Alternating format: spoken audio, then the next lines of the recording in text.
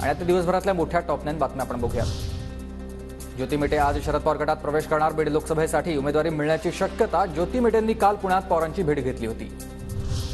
पुण्यातील मोदी बागेत महादेव जानकर आणि शरद पवारांमध्ये बैठक। सकारात्मक चर्चा झाल्याची जानकरांची माहिती। जानकरांना मवियाकडून माढ्याची उमेदवारी मिळण्याची शक्यता। उद्या राज ठाकरेंच्या उपस्थितीत मनसे नेत्यांची बैठक। अमित शहांच्या भेटीबाबत राज ठाकरे नेत्यांसोबत चर्चा करणार।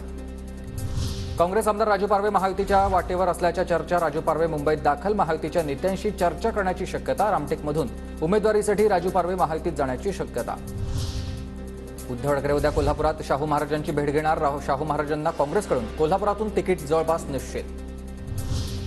बारामती लोकसभेच्या जागेवर उमेदवार पवारच असतील आता सुनेत्रा आणि ते चित्र स्पष्ट होईल।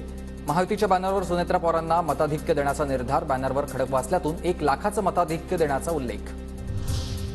गिरीश बापट यांचे जवळचे सहकारी राहिलेले सुनील माने यांचा शरद पवार गटात प्रवेश। आज मोतीबाग निवासस्थानी प्रवेश होणार। साताराच्या माण तालुक्यातील पळसेवाडी गावामध्ये मराठा बांधवांचा ठराव। बैठकीत लोकसभा निवडणुकीत 2 उमेदवार उतरवण्याचा ठराव मंजूर। महायुतीत मनसेच्या एंट्रीनं नाशिकमध्ये महाविकास आघाडीतील डावपेच बदलण्याची तयारी। ठाकरे गटाचा उमेदवार बदलून शरद पवार गटाचा उमेदवार देण्याची तयारी। मनसेमुळे ठाकरे गटाची मराठी मतं महायुतीला जाण्याची शक्यता।